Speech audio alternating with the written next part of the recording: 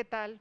Buenas tardes, tengan todas y todos ustedes en la presentación de este magnífico libro Por una cancha pareja, igualdad de oportunidades para lograr un México más justo. Tenemos presencialmente aquí a Roberto Vélez Grajales, que es uno de los autores, y vía internet a Luis Monroy Gómez Franco, que nos acompaña.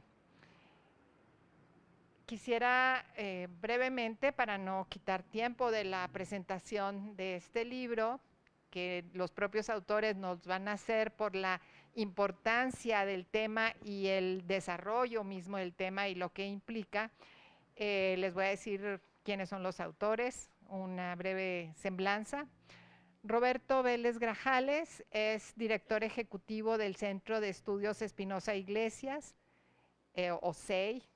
Desde aquí se ha especializado en los temas de movilidad social e igualdad de oportunidades en México y ha publicado sobre este tema muchas publicaciones, revistas académicas, nacionales, internacionales, y gran parte de este trabajo se ha derivado de la encuesta nacional de movilidad social en México, que es casi la única encuesta a nivel nacional hecha por una institución privada como es el Centro Espinosa Iglesias. Ya nos comentará un poco más sobre la importancia y él ha sido el coordinador de esta encuesta desde en las versiones del 2011-2017. Él es economista de formación profesional por la Universidad de las Américas en Puebla, cuenta con una maestría por el Colegio de México en la misma materia en economía y un doctorado en historia moderna de la Universidad de Oxford. Y como dice, un tema que lo apasiona y que lo ha hecho mucho es sobre antropometría histórica, pero esto ya será otro tema de otra conversación que tengamos con él. Y también pues el desarrollo humano. Entonces Roberto es pues quien nos está visitando presencialmente, y Luis Monroy Gómez Franco, que está por Zoom, es profesor asistente de la Universidad de Massachusetts Amherst y es investigador asociado externo del Centro de Estudios Espinosa Iglesias. Él mismo se dice que está convencido de que la economía no funciona en el vacío y siempre hay que considerar los factores históricos e institucionales. Y se ha ocupado en sus investigaciones del desarrollo económico, la movilidad social y la desigualdad de ingresos y de oportunidades.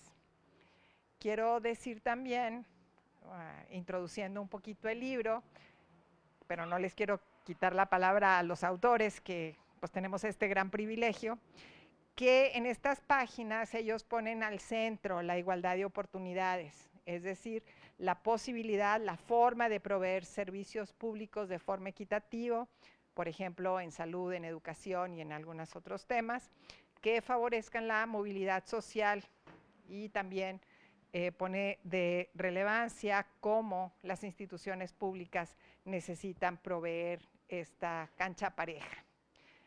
Hay muchas preguntas que nos hacemos con relación a esta cancha pareja, con un tema que introducen, como es el echeganismo, que ahorita después nos va a platicar qué es esto, y distinguen la igualdad de oportunidades y la meritocracia como este tipo de distinciones y producen muchas veces mayor inequidad.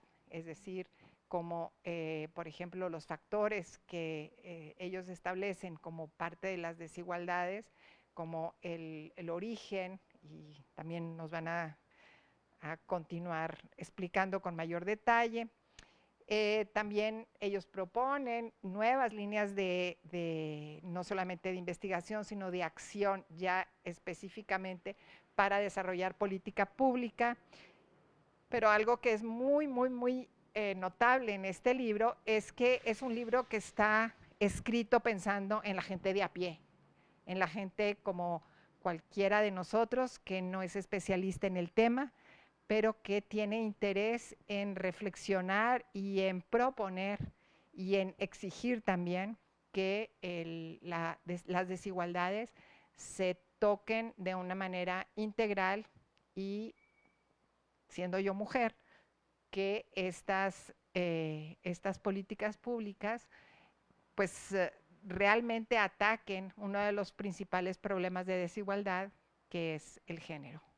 Entonces, en este sentido, pues les doy la bienvenida, Roberto, Luis, bienvenidos, y pues quisiera prácticamente dejarles la palabra, que nos platiquen de qué nació este libro, por qué, cómo lo han llevado después de esta encuesta que se hizo un poquito. Es muy interesante la historia que hay atrás de este libro y pues del gran compromiso que tienen tanto como investigadores, así como institucionalmente, por hacer que la movilidad social esté al centro de las preocupaciones de todos nosotros.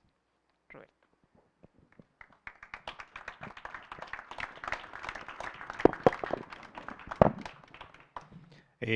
Pues muchísimas gracias por la presentación, Concepción, y sobre todo muchísimas gracias a todo el público que está aquí el día de hoy. Cuando estaba yo en la FIL de Guadalajara, en la presentación de un libro que coordinaron David Gómez Álvarez y Rogelio Gómez Hermosillo, en el que me tocó participar con un capítulo también de estos temas. Y estábamos ahí en el auditorio y en eso alguien me dijo: hola Roberto, buenas tardes, y era Javier Corral, y me dijo, tienes que venir a Chihuahua a presentar este libro, ¿no? ¿Qué libro? No el que coordinaron Rogelio y David, aunque no estaría mal que vinieran también, sobre salario digno. Y me lo dijo porque Tomás Granados, de Grano de Sal, coeditor del libro junto con el Centro de Estudios Espinosa Iglesias, que me toca coordinar los esfuerzos, le había regalado un ejemplar, o no sé si a lo mejor se lo cobró. Yo creo que Tomás se lo cobró. Pero bueno, supongo que Javier tuvo la posibilidad de ojear el libro, le interesó el tema y en ese momento cerramos el acuerdo y por eso estoy aquí, ¿no? Y estoy muy agradecido por la invitación, por el tipo de espacio en el que estamos y porque también esto me da la oportunidad de poder venir, no únicamente decir venir al norte, sino venir en particular a Chihuahua, que como le decía Concepción, no es muy habitual que yo venga de este lado, pero también como le dije después, pues cada vez que me invites yo voy a venir. Entonces estoy muy agradecido y muy contento para hablar sobre nuestro libro. Sobre el formato de la presentación, me dijo Concepción, pues ¿por qué no platican el libro? Entonces dije, bueno, pues tenemos una presentación ejecutiva del libro, que la última vez que la presentamos fue en el marco de una reunión con un grupo de 24 secretarías de finanzas estatales, y no sé qué tan ejecutiva es, nosotros la pensamos originalmente como ejecutiva, pero en esa ocasión, si mal no recuerdo, Luis, nos llevó como 35, 40 minutos presentarla. Si veo que se empiezan a aburrir, le voy a cortar y mejor le entramos al diálogo. Pero pues la tenemos aquí, yo la tengo medio de lado, ya la compartió Luis y en esa ocasión teníamos una repartición de la presentación para presentarla a la Limón. Le voy a pedir a Luis que cuando a mí ya no me toque, pues que él me calle y que me diga ya me toca, ¿no? Entonces, si la puedes correr, Luis, no en la siguiente porque es lo que ya hizo la presentación Concepción de nuestro perfil, pero la que sigue. Y esta lámina lo que me permite es hablar sobre la motivación de la elaboración del libro, ¿no? Como decía Concepción, yo tengo muchos años siendo colaborador en el Centro de Estudios Espinosa Iglesias, actualmente ya casi desde hace 7 años coordino los esfuerzos del centro Y Luis, más o menos hace 7, 8 años, como 8 años, me buscó y me dijo, oye, yo quiero hacer el doctorado y entonces necesito un año para preparar mis solicitudes y yo creo que este es un buen lugar para tener el tiempo para preparar los papeles y los exámenes que nos piden después para ir a hacer el doctorado y al mismo tiempo hacer algo de investigación, ¿no? Y entonces así empezó nuestra relación de trabajo y por razones obvias, o sea, alguien me decía, si te dan limones, haz limonada, entonces, pues, ¿en qué vamos a trabajar juntos? Pues en la materia que tenemos en el SEI, ¿no? Que es el tema de movilidad social, en particular con las encuestas nacionales, la ESRUEMOVI, a la que ya hizo referencia Concepción. Entonces, desde ahí empezamos a trabajar juntos.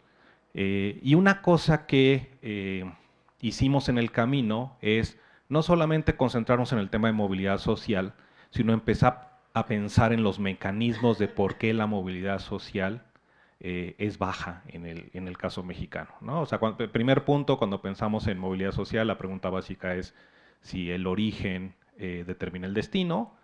Y segundo, cuando pensamos en términos del mecanismo, uno parte del supuesto de que en la medida en que haya oportunidades disponibles para la población de misma calidad, entonces el origen no tendría por qué determinar el destino, estaremos en un proceso más parejo entonces habría mucho más fluidez social, habría mucho más movilidad social. Entonces empezamos a trabajar también el tema de igualdad de oportunidad y son los dos temas que hemos trabajado en nuestra investigación los últimos 7 o 8 años. Pero también una cosa que nos une a Luis y a mí es el interés de divulgación. Luis ya lo tenía desde muy joven, y sigue siendo muy joven, y yo lo fui adquiriendo en el camino, en buena medida por el tipo de esfuerzo que encabezo, ¿no? Desde el SEI. Es decir, a final de cuentas, una organización como el SEI cree en el conocimiento, pero cree en el conocimiento para utilizarlo, para tratar de incidir en la discusión pública y en la toma de decisión, no únicamente pública, sino también privada.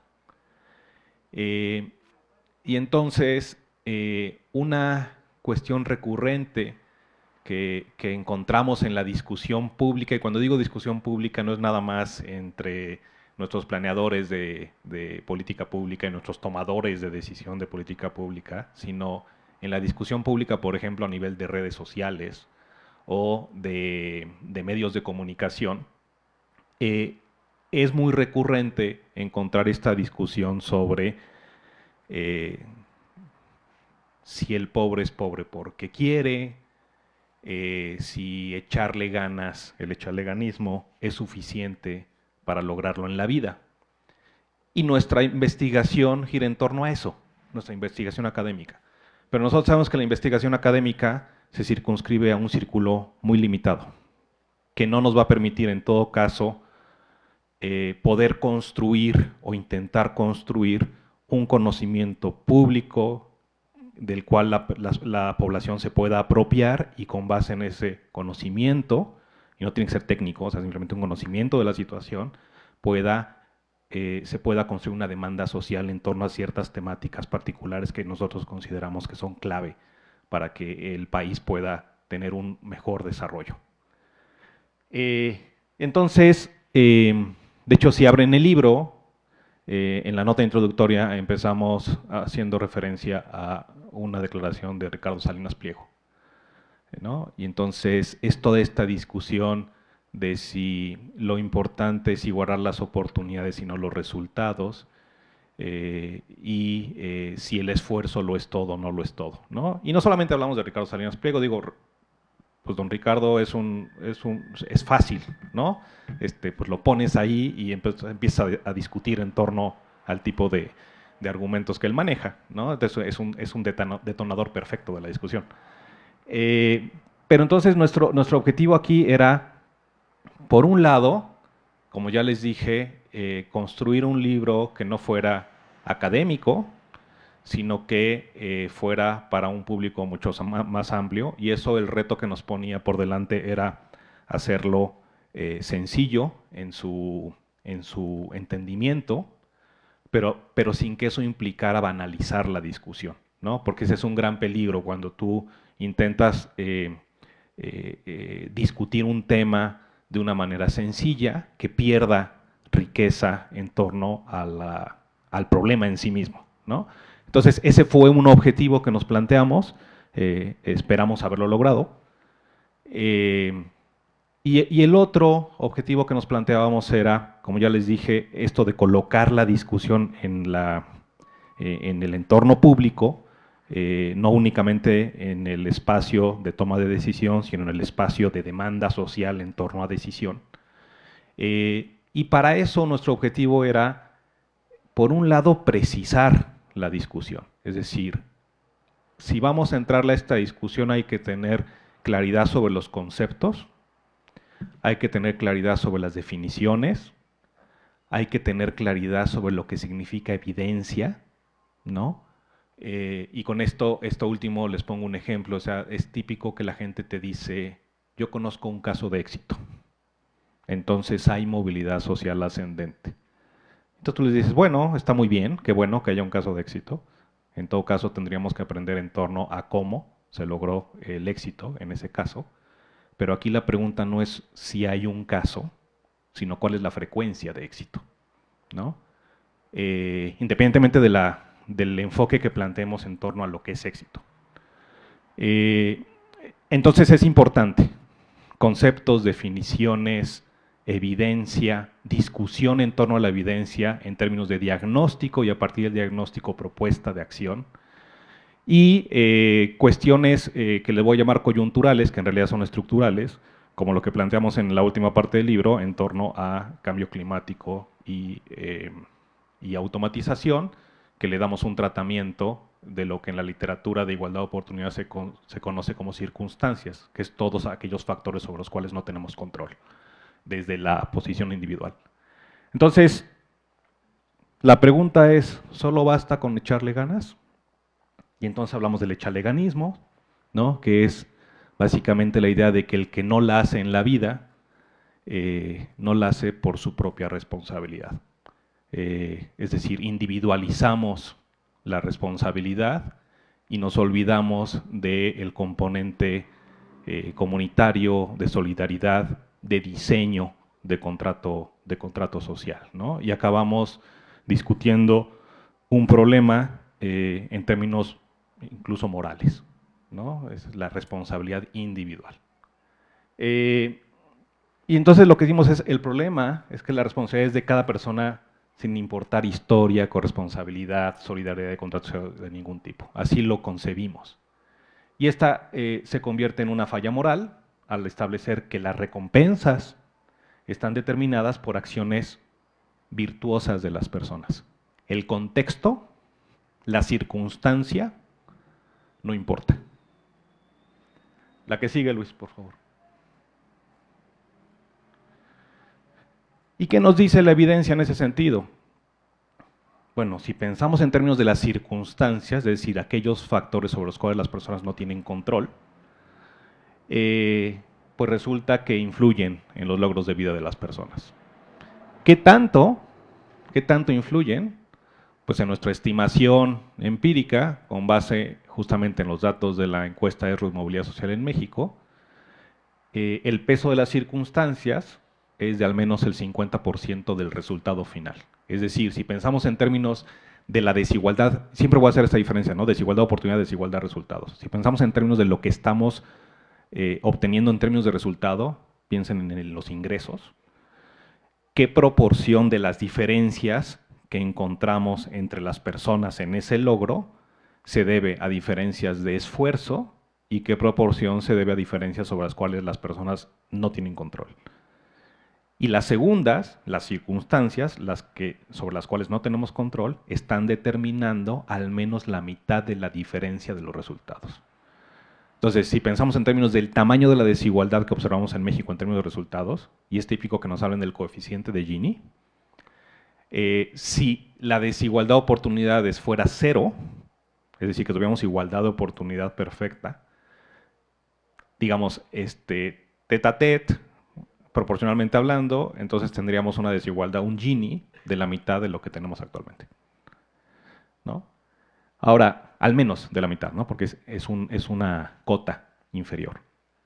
Ahora, esta desigualdad de oportunidades, pensada como mecanismo, ¿en qué se traduce? Pues en el resultado que hemos observado a lo largo de 3 encuestas nacionales en el SEI, que es una baja movilidad social, que se manifiesta principalmente en los extremos de la escalera social de origen.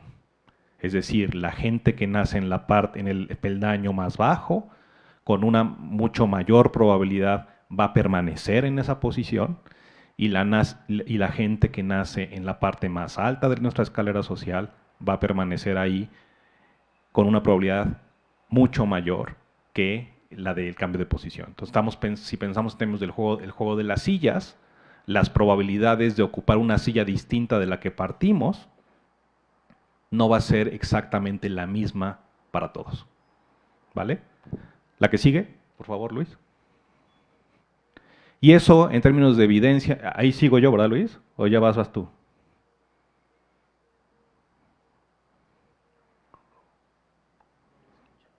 No te oímos, Luis.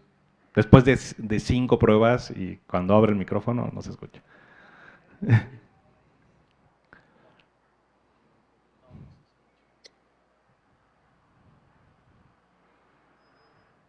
Bueno, Ahí estás.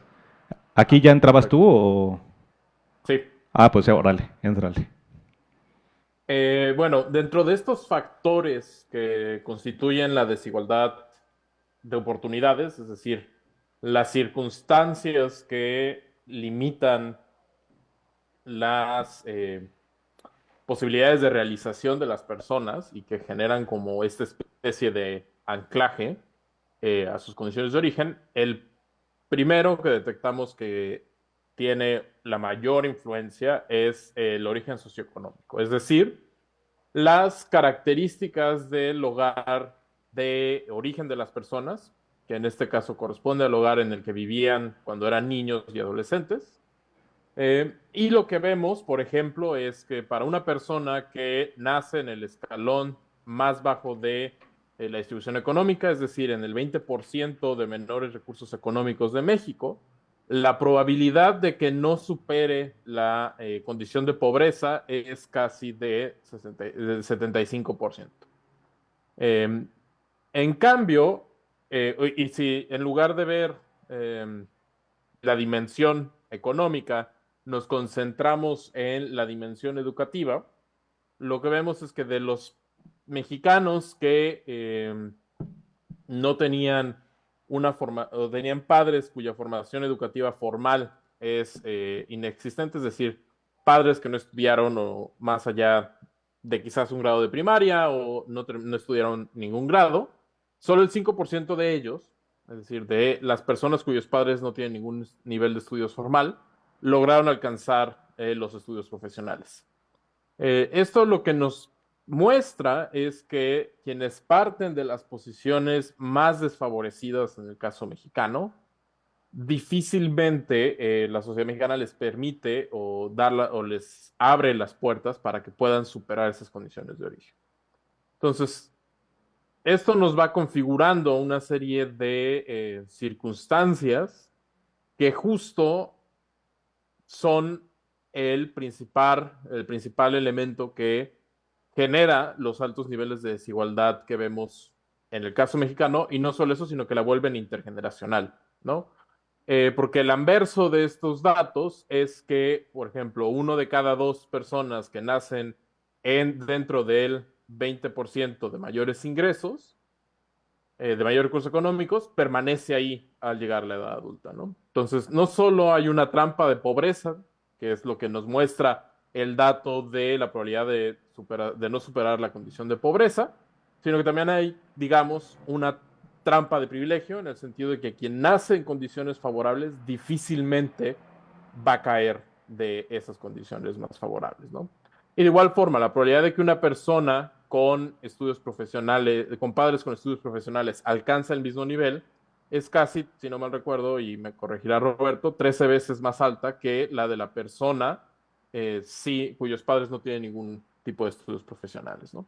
Entonces, incluso este elemento que es usualmente considerado como el gran motor de la movilidad social cuando la discutimos en la sobremesa o con los amigos, que es la educación, lo que vemos es que en el caso mexicano la educación está atravesada por el efecto que tienen las circunstancias de origen sobre las trayectorias de vida de las personas. El segundo conjunto de elementos que constituyen espacios de realización diferenciados entre las personas es el territorio. Y por territorio nos referimos a dos características. Por un lado, la zona, la región geográfica del país en donde la persona nació, y por otro, si la persona nació en una comunidad urbana o una comunidad rural. Y cuando comparamos la probabilidad que existe de salir de la situación de pobreza, lo que vemos es que México en realidad no es un solo país, sino es un país marcadamente diferente entre el norte y el sur. Mientras que 86 de cada 100 de quienes nacen en una situación de pobreza en el sur permanecen ahí, en el caso del norte del país, 54 de quienes nacen en una situación de pobreza, particularmente en la situación de menor recursos económicos, se quedan en una situación de pobreza. Entonces, lo que tenemos es, por un lado, que a nivel hogar, los recursos de los padres determinan en buena medida la trayectoria educativa y la trayectoria económica de las personas. Un segundo elemento dentro de estos determinantes es la región. Y si lo pensamos, pues tiene todo el sentido del mundo. Cuando vemos, por ejemplo, el tipo de industrias que se desarrollan en una u otra región de México, eso del lado de las personas implica diferentes tipos de empleos disponibles y a su vez eso implica diferentes tipos de salarios, lo que a su vez implica diferentes tipos, mecanismos de inserción al mercado laboral. Entonces, en escenarios en donde el acceso al mercado laboral depende mucho no solo de cuánto estudiaste, sino de a quién conoces o a qué se dedicaban tus familiares, pues es natural que personas que nacen en condiciones de precariedad o de extrema precariedad difícilmente logren insertarse en trayectorias laborales que lleven a un resultado de movilidad social ascendente que les permita superar la pobreza. Mientras que aquel que nace en una situación de ventaja, justo por todos los elementos asociados a nacer en dicha situación y estar en una región en donde hay empleos que paguen o que tengan una trayectoria de salarios ascendente, puede mucho más fácil preservar esa posición de privilegio respecto al otro. Y el tercer conjunto de factores que consideramos circunstancias, es decir, factores que están fuera del control de la persona, pero que inciden sobre las recompensas que recibe a lo largo de su trayectoria de vida, se encuentran las características personales. Y aquí vale la pena señalar que cuando hablamos de características personales, no estamos diciendo que haya ciertas características personales relacionadas con un menor o un mayor pago por tener esas características. Es decir, todos sabemos que, por poner un ejemplo muy burdo, la calvicie no determina la productividad en el lugar de trabajo, ¿no? Entonces, igual sabemos que el tono de piel no determina la productividad en el lugar de trabajo, ni la adscripción étnica o el género, sino que lo que hace que esas características se conviertan en circunstancias es que la sociedad recompensa de forma desigual a las personas dependiendo de qué tipo de característica tienen. Así, por ejemplo, vemos que para las personas de tono de piel más claro, que nacen en la parte más alta de la distribución de recursos económicos, existe una probabilidad de casi 7 de cada 10 o 68 y 67 de cada 100 de permanecer en esa posición de ventaja. Independientemente, si pueden ver, no hay diferencia entre hombres y mujeres. En cambio, cuando vemos a las personas que nacen en esa situación de ventaja, dentro del 20% con mayores recursos económicos del país, vemos una marcada diferencia para las personas de tez más oscura. Mientras que 7 de cada 10 de tono de piel claro permanecían en esa posición de ventaja, en el caso de los hombres de tez oscura es 5 de cada 10 o 1 de cada 2. Entonces vemos una caída de 14 puntos porcentuales. No, sí, 12, 14 puntos porcentuales. En cambio, cuando vemos a las mujeres, la caída es todavía mayor. O sea, cuando comparamos, por ejemplo, mujeres de tez clara con mujeres de tez oscura que nacieron en una situación de ventaja, la probabilidad de que una mujer de tez oscura permanezca en esa situación de ventaja es 30 puntos porcentuales menor que la de la mujer de tez clara. Y es cerca de 17 puntos porcentuales menor que una persona de tez oscura, pero que son. Entonces, lo que tenemos es justo que estas características personales, la sociedad mexicana las valora de forma tan diferente que las trayectorias de vida de las personas son marcadas por ellas, por este trato diferenciado que da la sociedad a esas características. Cuando vemos el anverso de esto, que es la probabilidad de permanecer en la parte de abajo, que sería la probabilidad de quedarse en la parte más baja de la distribución, lo que vemos es que las personas de tez más clara tienen una mayor probabilidad de subir, es decir, una menor probabilidad de quedarse en la parte más baja, mientras que las personas de tez más clara, más oscura, tienen una menor probabilidad de salir de esa situación de desventaja, y en particular las mujeres de tez oscura son quienes se encuentran en una mayor desventaja. Entonces, lo que tenemos es que México, o sea, estos datos lo que nos dicen es que México es una sociedad en donde elementos que están completamente fuera del control de la persona, como es el tipo de hogar en el que nació en términos del nivel educativo de los padres o el nivel de recursos económicos del hogar en donde nos dejó la cigüeña, el código postal donde nos dejó la cigüeña y las características que por la genética terminamos expresando, todo eso que no controlamos está afectando de forma radicalmente diferenciada la trayectoria de vida que una persona puede tener. Y por poner un ejemplo muy claro de cómo este efecto puede incluso sobrepasar el efecto que puede tener el echarle ganas, cuando pongamos dos casos excepcionales. Dos personas, con la única diferencia que uno es indígena y el otro no es indígena, que nacen en la parte más vulnerable de la distribución de recursos económicos, es decir, el 20% de menos recursos, pero que completan 3 niveles educativos por encima de sus padres. Es decir, si sus padres no tuvieron educación formal, estas personas tienen incluso hasta la preparatoria completa. Bajo cualquier métrica, eso sería un caso de esfuerzo excepcional. Aún así, lo que vemos es que para los no indígenas la probabilidad de permanecer en la pobreza, a pesar de hacer ese esfuerzo sustancial, es del 51%. O sea, ese esfuerzo que hizo la persona por subir 3 niveles educativos por encima de sus padres, le alcanza para que 1 de cada 2 logre salir de la parte más baja de la distribución. Más bien, de la parte en situación de pobreza. Pero cuando vemos a los indígenas, la situación es peor. 7 de cada 10 permanecen en situación de pobreza, a pesar de la magnitud de esfuerzo que hicieron en su trayectoria. Y esto lo que nos está diciendo es que el mercado laboral en particular, está valorando diferente el esfuerzo de las personas. No solo nos está diciendo que valora menos el esfuerzo de las personas indígenas, porque noten que están realizando la misma trayectoria educativa, pero para un grupo le alcanza más frecuentemente para salir de la situación de pobreza que para el otro, sino en términos generales nos está diciendo que el esfuerzo de las personas que nacen, en general en la parte más baja de la distribución, no es retribuido en la magnitud que debería. ¿Por qué? Porque justo pesa demasiado la mochila que implican todas las circunstancias en las que nace una persona en situación de pobreza en la parte más baja de la distribución. Y con esto cedo la palabra a Roberto. Gracias, gracias Luis.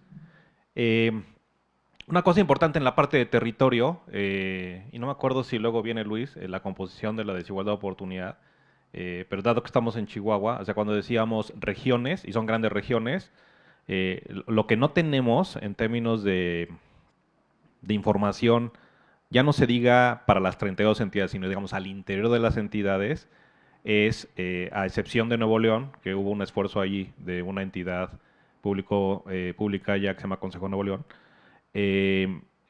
no tenemos información que podamos desagregar hacia adentro de cada una de las entidades federativas. Pero, por ejemplo, en el caso de Nuevo León, cuando lo hacemos y dividimos, por ejemplo, territorio o condición étnica, se replican estas diferencias, a pesar de que Nuevo León está en esta región donde la probabilidad en promedio de poder superar condición de pobreza es más alta que en otros lugares. Entonces, eso es un punto importante y Chihuahua tiene que tomar eso en cuenta porque también tiene su diversidad al interior del estado, ¿no? Y otra cosa que hay que tomar en cuenta también ahí es cuando hacemos esta parte de urbano-rural, el peso de ese componente territorial acaba siendo también muy importante en la determinación del tamaño de la desigualdad de oportunidades en México, ¿no? Entonces, ¿cuál es la realidad de la sociedad mexicana?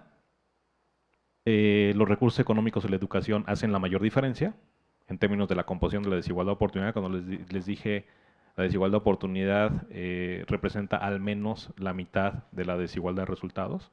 El componente de origen socioeconómico es el que pesa más. El de territorio es el segundo que pesa más. Y el tercero es características personales. Y muchas veces cuando decimos esto, la gente nos dice, ah, bueno, entonces prioricemos en ese sentido.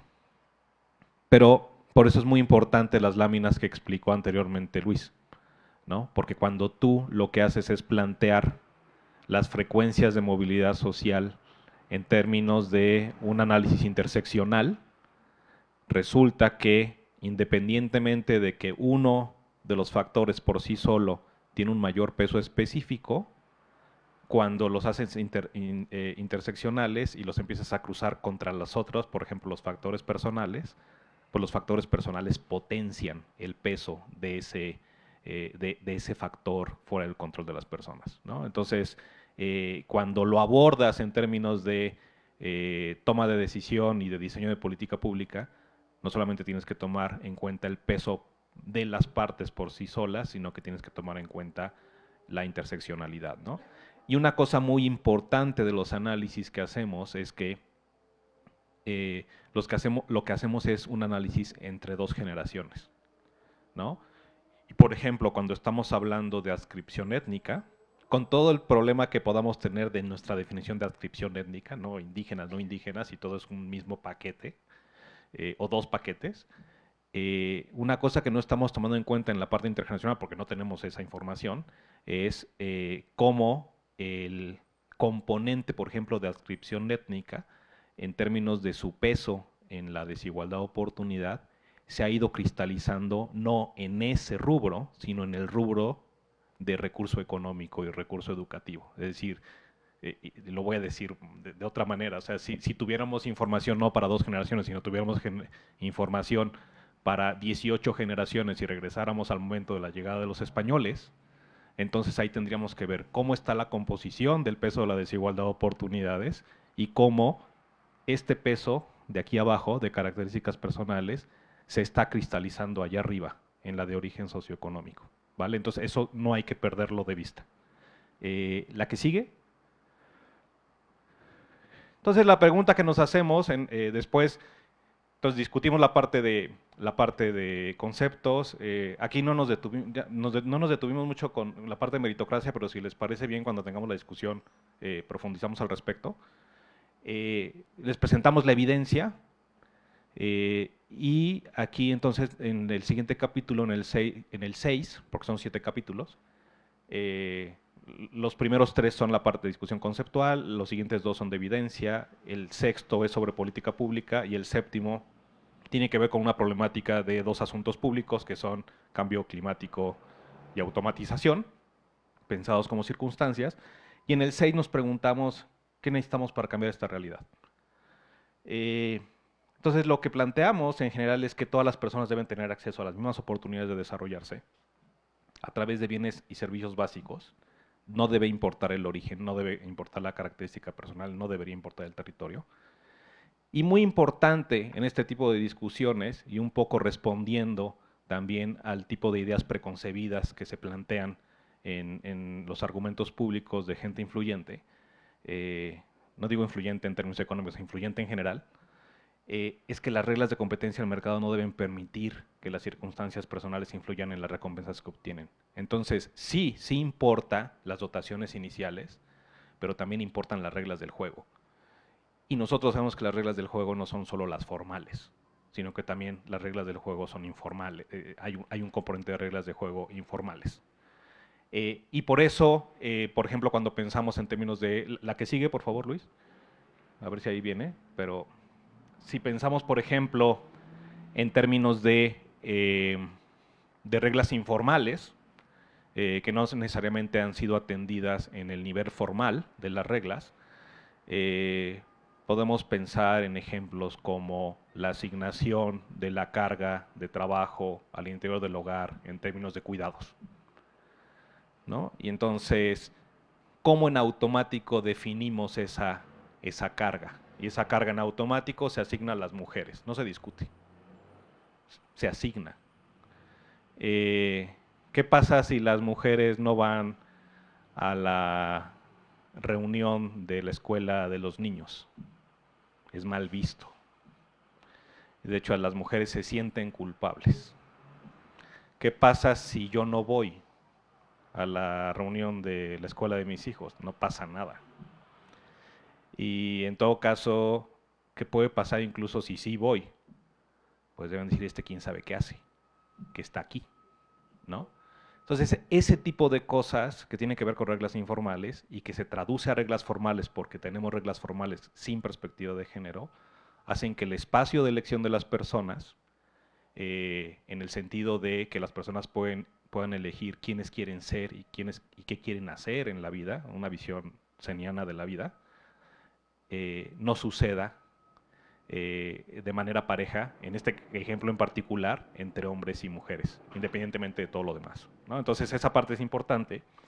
Y nosotros lo que aquí planteamos es qué pasa si no cambiamos las cosas, ¿no? Una primera es asimetrías de poder, ¿sí? Y eso tiene que ver también con la manera en que establecemos las reglas del juego. Entonces, en la medida en que no igualemos las oportunidades, y lo tenemos que pensar de manera dinámica. Por eso es muy importante el análisis intergeneracional. Es decir, es un juego dinámico, no es un juego de una sola tirada. Tenemos hijos, tenemos nietos, tenemos bisnietos, tenemos papás, ¿sí? Es una rueda que no se detiene. Entonces, si tú lo que generas es no generas condiciones de igualdad de oportunidad para cada generación, las concentraciones de poder, en este caso económico, se traducen también en concentraciones de poder político y las reglas del juego quedan muy estrechas, ¿no? Y eso tiene implicaciones variadas, más allá, por ejemplo, de la concentración de resultados, por ejemplo, en términos de viabilidad social, le pega directamente al componente de cohesión social, en el sentido de que el esquema de toma de decisión acaba siendo poco representativo de muchos grupos y acaba separándonos mucho en términos de grupos a todos, eliminando la posibilidad de tener objetivos comunes, ¿no? Entonces, eso nos coloca en situaciones como la que vivimos actualmente, no solo en México, en muchos lugares del mundo, ¿no? Entonces resulta más costoso no solamente hacer prevalecer el contrato social original, sino repensar el contrato social original y permitir que evolucione en sentido positivo. Entonces, los derechos de las personas, de su participación, y ahí puse el ejemplo de las mujeres, por ejemplo, en términos también de productividad económica, cuando Luis hablaba de cómo se asignan las recompensas en el mercado laboral, se ven afectados, ¿no? Entonces, en ese sentido, no solamente estás teniendo un efecto en términos de justicia social, sino que estás también teniendo un efecto negativo en términos de eficiencia económica. Si tú lo que haces es que tienes una sociedad donde hay barreras de, por ejemplo, al logro educativo, entonces tú lo que tienes en promedio, independientemente de la posición de arranque, son talentos más o menos parejos. Y si tú no estás dejando que se desarrollen todos por igual, entonces eso le va a pegar a la productividad conjunta de la economía. Eso le va a pegar al crecimiento económico, eso le va a pegar a nuestra base gravable, eso le va a pegar a nuestra hacienda pública, eso va a limitar el espacio gubernamental para constituirse en un mecanismo nivelador de oportunidades efectivo. Es un círculo vicioso, ¿no? Este tercero ya lo comenté un poco, ¿no? Si tenemos estratificación, alta desigualdad de oportunidades que se traduce en baja movilidad social, se genera, sumado al tema de asimetrías de poder, a una mayor polarización política, y lo que les dije, ¿no? Menos espacio para construcción de acuerdos sociales, que te puede llevar a un extremo de rompimiento del contrato social, ¿no? Entonces no estás en el círculo virtuoso, sino que estás en el círculo vicioso, de viabilidad social. Y todo esto en qué sucede en un contexto tan desafiante como el que hoy enfrentamos. Capítulo 7 del libro, automatización del trabajo y cambio climático. No son cosas que van a suceder, son cosas que están sucediendo y que en términos del enfoque de igualdad de oportunidades, en automático se constituyen en circunstancias. ¿Por qué circunstancias? Porque los pesos de las causas y de los efectos son diferenciados. Todas las intensidades en los efectos son diferenciadas.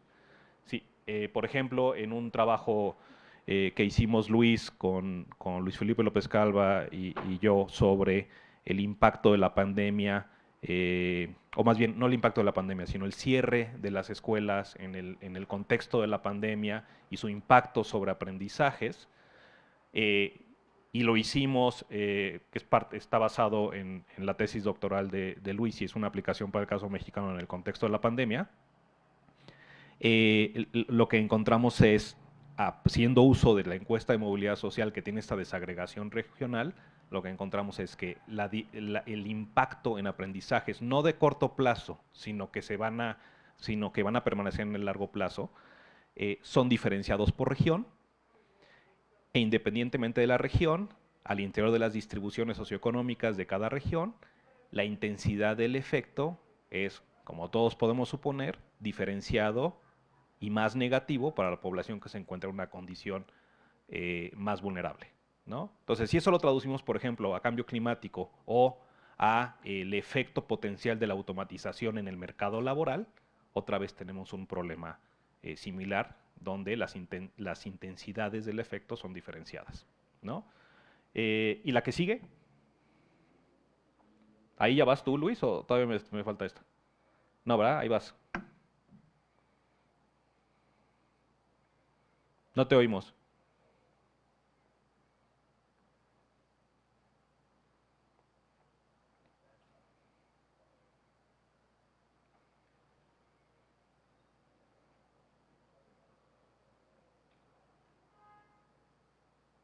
A ver, ya puedes abrir, lo tienes abierto, ¿verdad? El micro. Sí, sí, lo tengo abierto. Ya te oímos. Perfecto. Dos acotaciones, o mejor dicho, expansiones a lo que dijo Roberto, ¿no? O sea, cuando hablamos de cambio climático, tenemos que pensar los efectos más devastadores, o por lo menos los más vistosos, ¿no? O sea, cuando alguien nos habla de cambio climático, estamos pensando en efectos como el huracán Otis en Guerrero. Sin embargo, tenemos que tener muy claro que los efectos del cambio climático no solo son ese clima más extremoso, sino que hay efectos de cocción lenta, llamémosle, ¿no? Hay cada vez más evidencia de que el aprendizaje se reduce cuando hay temperaturas extremas, tanto para arriba como para abajo. Es decir, tenemos que pensar que ante el cambio climático, dado el momento en el que estamos, es decir, un momento en donde ya la fase de evitar que ocurra ya se nos fue, sino más bien ahora se trata de adaptar nuestras sociedades a un nuevo contexto climático. Tenemos que repensar toda la infraestructura urbana, tanto en el sector público como en el sector privado, ¿no? O sea, tenemos que pensar cómo hacemos que las escuelas sean lugares en donde esas temperaturas extremas no ocurran, cómo las plantas de los trabajadores, las plantas de trabajo, las manufacturas, no sean hornos donde sea imposible trabajar. Entonces, el tamaño del reto y un poco la razón por la que lo pusimos como el último capítulo es a modo de advertencia. O sea, si no tomamos conciencia de la magnitud de las desigualdades que actualmente existen, de cara a los choques que representan tanto la automatización como el cambio climático, el panorama de, digamos, funcionamiento de la sociedad mexicana como tal se vuelve todavía más escabroso en el futuro, pues no lejano, sino más bien cercano.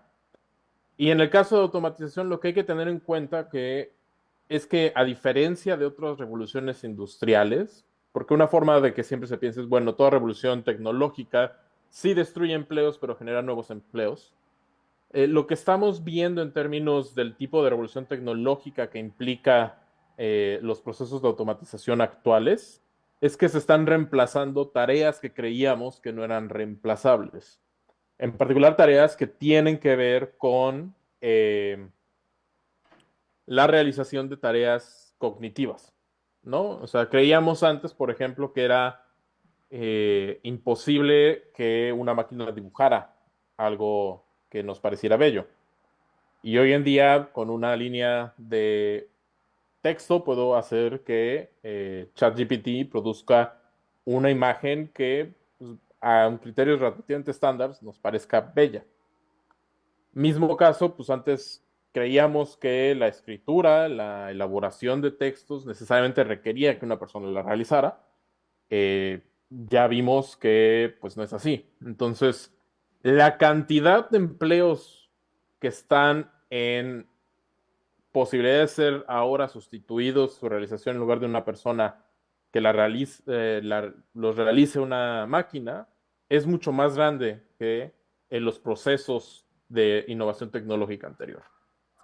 Pues tenemos que tener muy claro la magnitud de esos dos retos al momento de pensar el tipo de solución.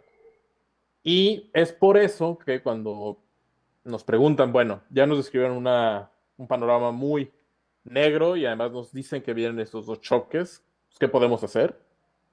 Por un lado, necesariamente todas las soluciones que planteemos al problema y creemos que, o sea, si logramos que se entienda que el problema de la desigualdad en México no se resuelve con una política en específico, sino que se requieren intervenciones de corte sistémico, ya habremos avanzado mucho en la discusión, porque, como dijo Roberto, la desigualdad no depende solo de un factor, o la desigualdad de oportunidades no se debe solo a una cosa, sino se debe justo a la interrelación de múltiples circunstancias. Entonces, el primer conjunto de soluciones es dirigidos a desvincular el acceso que una persona puede tener a bienes y servicios, llamémosles básicos para su desarrollo como persona, para su integración como un miembro pleno de la sociedad, del mercado.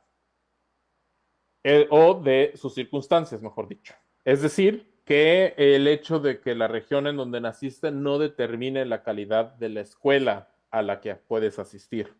O que el hecho de que naciste en una comunidad rural implica que los servicios de salud a los que vas a tener acceso durante toda tu niñez va a ser radicalmente inferior a la que hubieras tenido si nacieras en una zona urbana.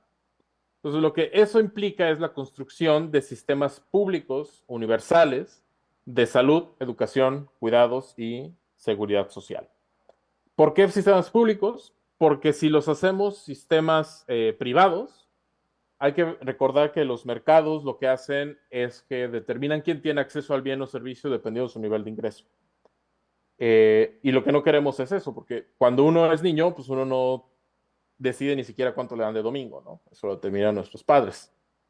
Y lo que no queremos es justo que el acceso se vea acotado por factores fuera del control de las personas, el acceso a estos bienes y servicios que resultan fundamentales para que la persona se integre como un miembro pleno de la sociedad.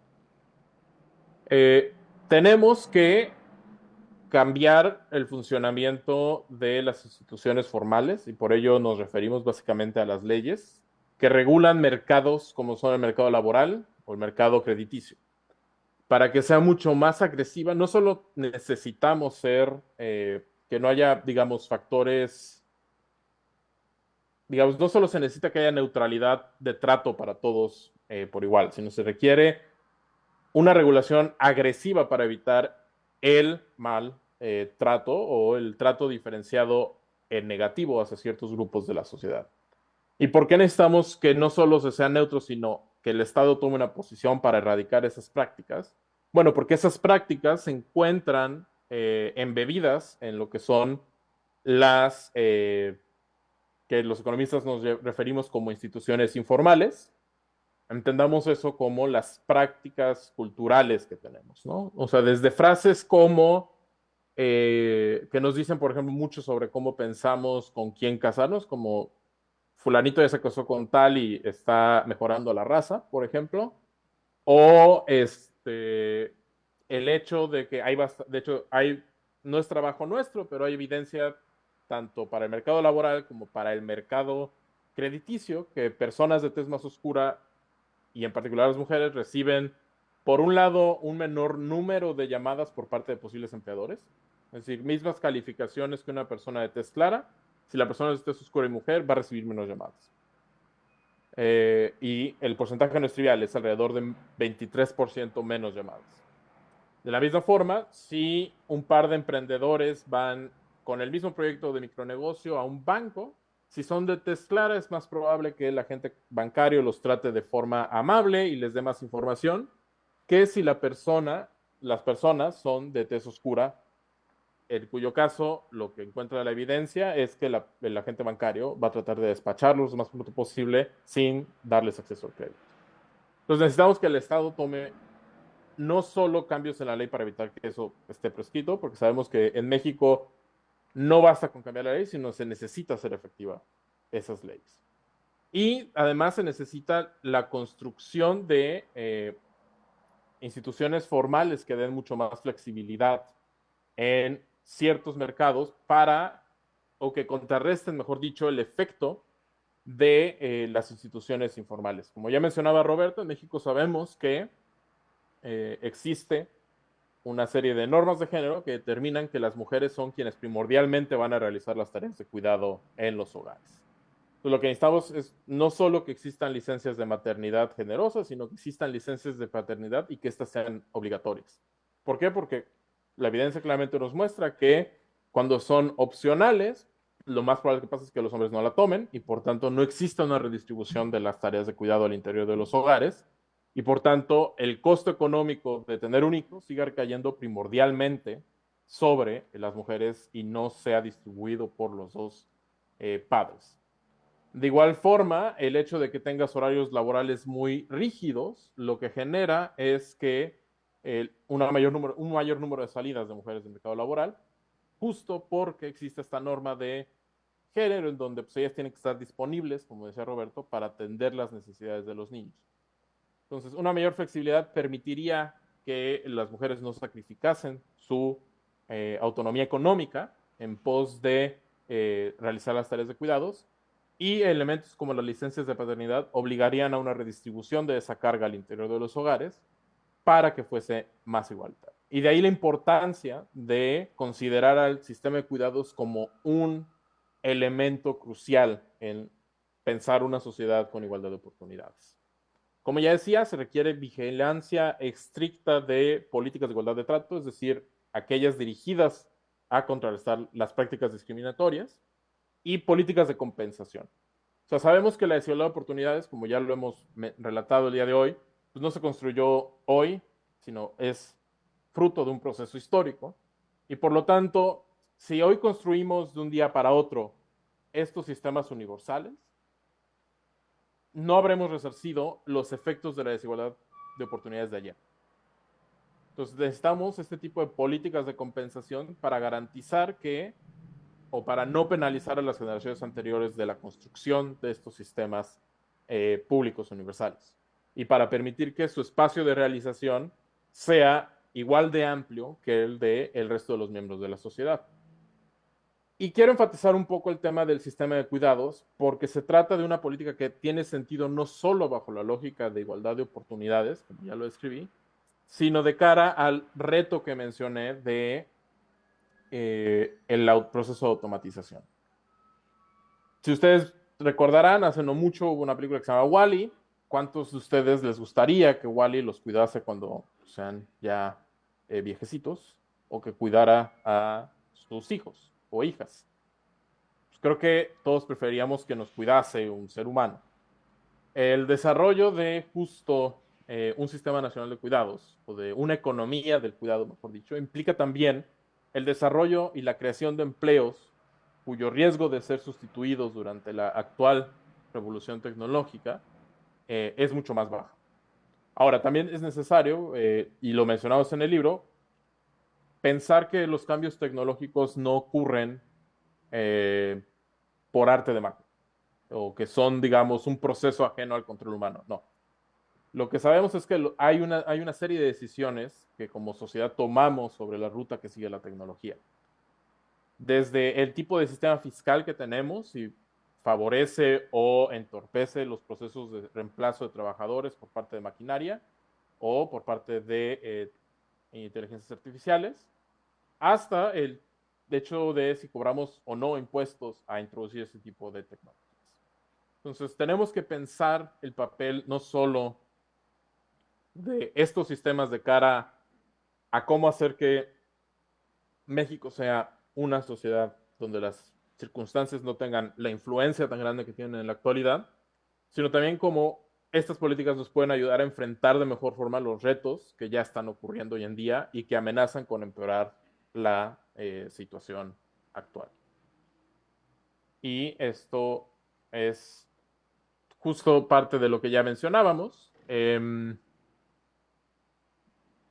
Ya mencioné el número 1, justo el desarrollo de una economía del cuidado permitiría reducir la vulnerabilidad actual del mercado laboral ante la automatización. Si ustedes revisan las investigaciones que hay, cerca del 60% de los empleos que existen actualmente en México, técnicamente ya son posibles de sustituir por una máquina o una inteligencia artificial. La razón por la que esa sustitución no tiene lugar es porque los salarios en México son lo suficientemente bajos para que no sean reemplazables. Lo que queremos no es, pues, tener por siempre salarios bajos. Al contrario, queremos que los salarios, que el trabajo sea una fuente de realización de las personas. Para ello necesitamos también fomentar el cambio de especialización de las tareas que se realizan en el mercado laboral mexicano. Es decir, no solo se trata de una política pro igualdad de oportunidades. Como ya mencionaba Roberto, el enfoque de igualdad de oportunidades permitiría que las personas se ubicasen en aquellas actividades para las cuales tienen una preferencia y por tanto son mucho más productivas. Y eso implica que también les permitiría ubicarse en tareas protegidas de estos procesos de automatización que les harían menos vulnerables a perder esos empleos. Ello requiere el desarrollo de habilidades cognitivas y socioemocionales desde la educación temprana. Cuando hablamos de habilidades socioemocionales, básicamente hablamos de lo que nos hace humanos, ¿no? O sea, si ustedes se ponen a pensar en cuando van a comprar, digamos, un traje o un vestido y quien les está atendiendo les dice, no, fíjese que ese tono de azul no le va con sus ojos, mejor pruébese que mire que se le resalta mejor su tono de ojos, o este color le va mejor con su tono de cabello, o estos zapatos van bien con este otro. Ese tipo la habilidad que implica empatizar y ver ese tipo de cosas, es una habilidad socioemocional, y es una habilidad que no tienen las máquinas. Piensen si ustedes le tomarían un consejo de moda a Wall-E, o a su mejor amiga, o una persona. Empatizar y ver ese tipo de cosas es una habilidad social y es una habilidad que no tienen las manos. Piensen si ustedes le tomarían un consejo de moda a Wall-E o a su mejor amiga o una persona. Y cuando hablamos de... Y es una habilidad que no tienen las manos. La exposición a los efectos del cambio climático, o una persona. Lo que tenemos que pensar es, como ya dijo Roberto, esos efectos no van a ocurrir en la exposición a de forma igualitaria en todas las regiones del país. Hay regiones mucho más expuestas. Chihuahua, por ejemplo, es una Permíteme, región. Luis. Javier. Javier Corral, ¿puede silenciar su micrófono? Gracias. Adelante. Bueno, como ya mencionaba Roberto, los efectos del cambio climático no van a ser los mismos en todo el país, ¿no? Van a ser diferenciados, no va a ser lo mismo el cambio climático que va a experimentar la península de Yucatán que Chihuahua. Y eso implica que las medidas de adaptación tienen que ser diferenciadas. Lo que ya les ponía de ejemplo es tenemos que repensar toda la infraestructura urbana justo para evitar que se generen lo que se llaman islas de calor, que son zonas en donde por el tipo de materiales de construcción las temperaturas aumentan por encima de aquello que es vivible, ¿no? Entonces lo que tenemos es que la desigualdad de oportunidades ligada a la región se va a agudizar justo por el cambio climático. ¿Por qué? Porque va a haber zonas del país invivibles, ¿no? Y tenemos que pensar en cómo usamos la tecnología para reducir esos efectos negativos y cómo expandimos estos sistemas de protección social y de salud para atenuar los efectos. Hay un par de artículos, uno para Colombia y otro para México, que identifican que la mejor forma de reducir muertes ante una onda de calor o una helada es tener un centro de salud cerca. Entonces requerimos una expansión de este tipo de sistemas de salud universales públicos. De igual forma, necesitamos tener los fondos destinados a resolver crisis puntuales, como es el impacto de un huracán. Hay también un par de artículos que muestran que como funcionaba el FONDEN, el Fideicomiso para la Atención de Desastres, permitía una reconstrucción mucho más rápida y que esa reconstrucción mucho más rápida implicaba una disminución en la pérdida de vidas. Y como pueden apreciar, se trata de una serie de medidas de adaptación que no solo tienen que ocurrir en un espacio, no es solo que cambiemos cómo son las fábricas, sino que tenemos que pensar en cómo adaptar básicamente cada una de las esferas de vida para lidiar con la emergencia climática. Y eso sonará como una tarea titánica, pero también es una gran oportunidad. O sea, lo que implica es que tenemos una oportunidad de transformar a la sociedad mexicana para hacerla una sociedad más justa y una sociedad en donde las circunstancias no sigan siendo el lastre que hace que algunos no puedan superar condiciones de extrema vulnerabilidad o que permite que algunos naveguen con éxito en la sociedad sin realizar esfuerzo alguno. Y con esto cedo la palabra a Roberto. Dije 40 minutos, ¿verdad? Y yo creo que ya llevamos como una hora. Este, pero ya llegamos al final, ¿no? A la conclusión. Y ahí ustedes ven unos 3 puntos de conclusión en unos como naipes, porque el libro lo iniciamos en el capítulo 1, cuando hablamos del concepto de igualdad de oportunidad. Ponemos ejemplos sobre qué significa jugar a la lotería, qué significa jugar el turista mundial o el Monopoly, qué significa jugar un volado, ¿no? Y eso, qué implicación tiene en torno a el peso o no de las circunstancias o a la igualdad de condiciones. Entonces, pero es por eso, ¿no? Que tiene este diseño. Entonces, primer punto, las reglas de juego actual dan una mejor mano, hablando de baraja, a ciertas personas por el hecho de contar con algunas características que se obtienen de manera circunstancial, ¿sí? Es decir, es una lotería. Entonces, ¿quién se ganó la lotería? Y además esa lotería no es en términos de un volado, de que es el 50% de la población, sino que es mucho menos que el 50% de la población. Ahora, para que todas las personas cuenten con un reparto justo de las cartas, tenemos que cambiar las reglas actuales. Y esto es muy importante. No basta enseñar buenos comportamientos o un buen desempeño en el entorno vigente de reglas. Eso no es suficiente. Y si quieren eso ahora lo discutimos. Tercer punto, es necesario cambiar las instituciones que norman tanto la distribución de oportunidades, así como las recompensas en la sociedad mexicana. Es decir, muy importante, no solamente tenemos que pensar en términos de igualación de dotaciones iniciales, sino tenemos que pensar en términos de igualdad de oportunidades en la operacionalización, es decir, en el proceso del juego de la competencia que jugamos. Somos economistas, estamos pensando en competencia, pero estamos pensando en este tipo de competencia, ¿vale? Entonces creo que hasta ahí estamos y estamos listos para discutir con la gente. Muchísimas gracias.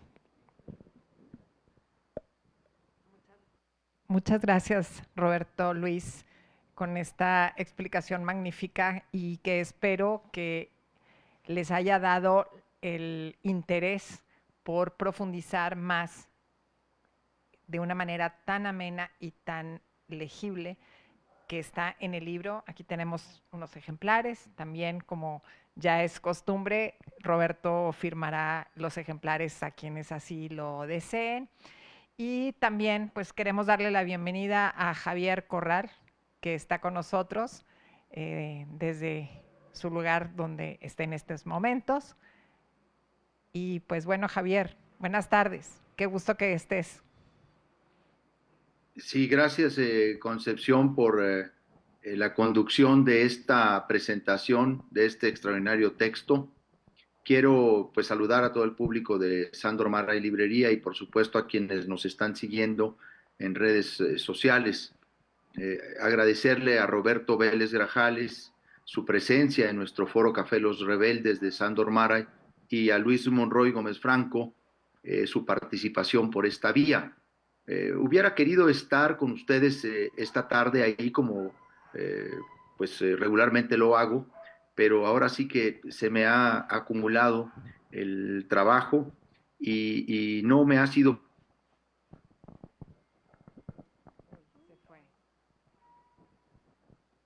Seguimos entonces, mientras regresa Javier, yo creo que queremos pasar a una ronda de preguntas y tenemos Ismael y Alberto que quieren hacer preguntas. Entonces pasamos también acá, voy a pasarles el micrófono. Parece que se fue la señal. Ahí volvió Javier, si quieres que la intervención que la continúe y luego ya. Muy rápida, muy rápida. Quiero decir solamente dos cosas, no quiero interrumpir la dinámica en que se ha conducido esta extraordinaria exposición, explicación del texto, del libro. En primer lugar, quiero señalar la calidad de la editorial que nos hace el favor de publicar este estudio con un lenguaje muy accesible que logra realmente cautivar la atención, siendo que hay una densidad en el estudio de una realidad como esta. Se trata de una de las editoriales independientes de mayor prestigio en el país, Grano de Sal, que tiene una colección de publicaciones de enorme valor para la discusión pública en México.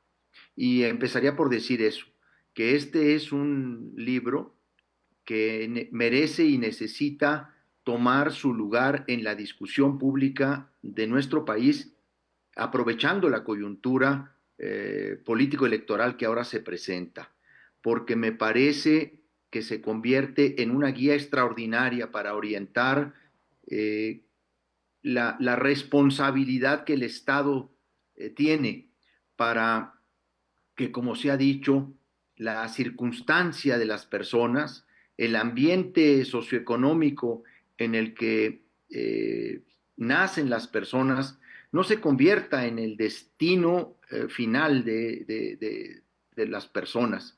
A mí lo que me ha interesado muchísimo en el libro es cómo ha ubicado perfectamente este tema de la meritocracia, cómo coloca en su lugar y en su definición exacta lo que es el mérito y lo que es el ambiente social que genera la primera desventaja y la falta de oportunidades para quienes quieren tener una mayor movilidad. Para mí este es un libro ineludible del momento actual de México. Yo quiero felicitar tanto a Roberto como a Luis por esta investigación y luego por la manera en la que han traducido esa investigación en los distintos capítulos. Fue una de las novedades editoriales que nos encontramos en diciembre pasado en la Feria del Libro de Guadalajara, y desde ahí yo contacté a Roberto, fui a buscarlo en la sala donde estaba él, para decirle, nosotros tenemos mucho interés en que este libro sea conocido en nuestra comunidad lectora y a través de todas nuestras redes sociodigitales. Nuestra librería busca promover y destacar e impulsar trabajos como estos. Obviamente nuestro campo más amplio es la literatura, pero los estudios sociales que abordan los grandes retos que el Estado mexicano y la sociedad mexicana tiene están también en nuestra lista de prioridades. Y entonces yo solo quería intervenir para primero agradecer a Roberto su presencia en nuestro foro, a Luis su participación por la vía del Zoom y a todos ustedes. Siempre recomiendo comprar el libro y debo decir, esta mañana María José Valles Medina, nuestra directora del podcast, puso en un chat que tenemos del equipo librero, de nuestro núcleo central, una expresión que yo comparto y hago mía.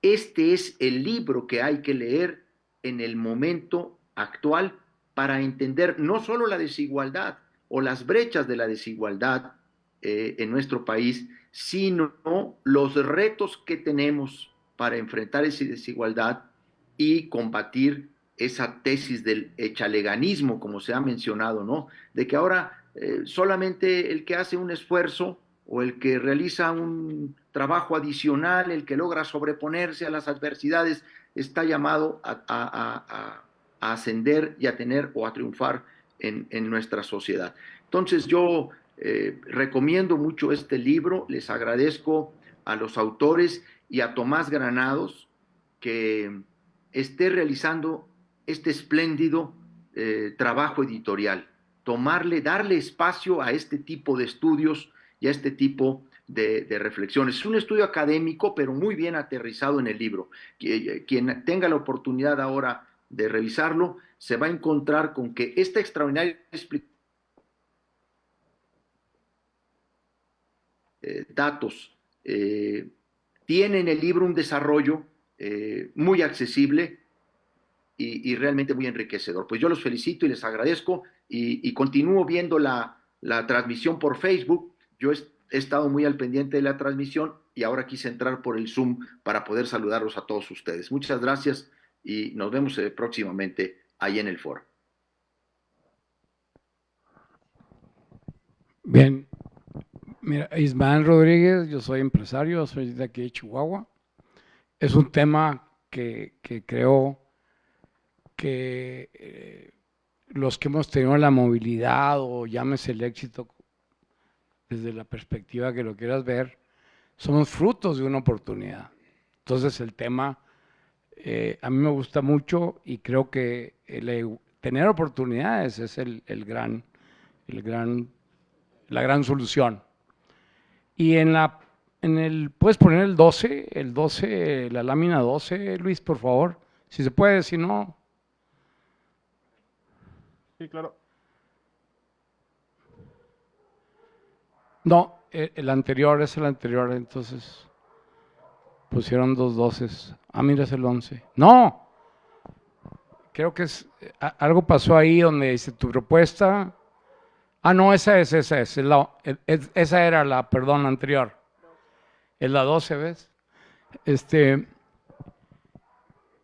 Ahí veo yo esas propuestas, me parecen pues, muy, de una gran solución, proponen muchas soluciones. Si el genio de la lámpara de Aladino te dijera, a ver, solo puedes escoger uno de la propuesta 1, ¿cuál sería ese punto de partida para avanzar en esa? O sea, tú dices la bala de plata. Sí, ándale. La única disponible. La única disponible. Ok.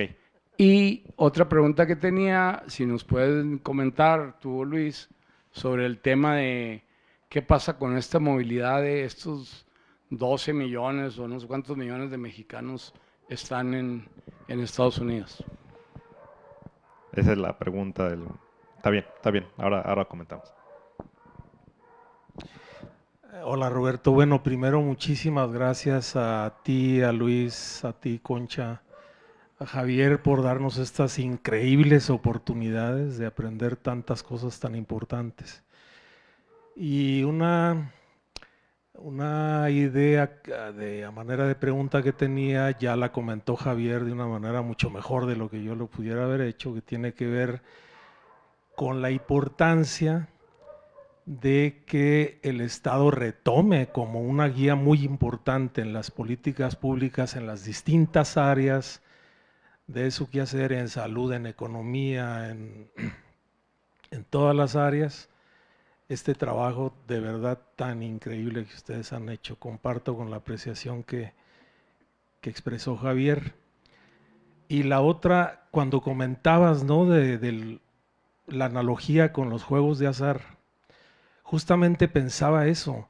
No es lo mismo empezar a jugar Monopoly con una cantidad de propiedades y de dinero que se te asigne que con otra, ¿verdad? Entonces es clarísimo que el resultado no va a ser el mismo. Me parecería una forma muy interesante de clarificar objetivamente cuáles son los efectos de estar iniciando en la vida desde un lugar o desde otro.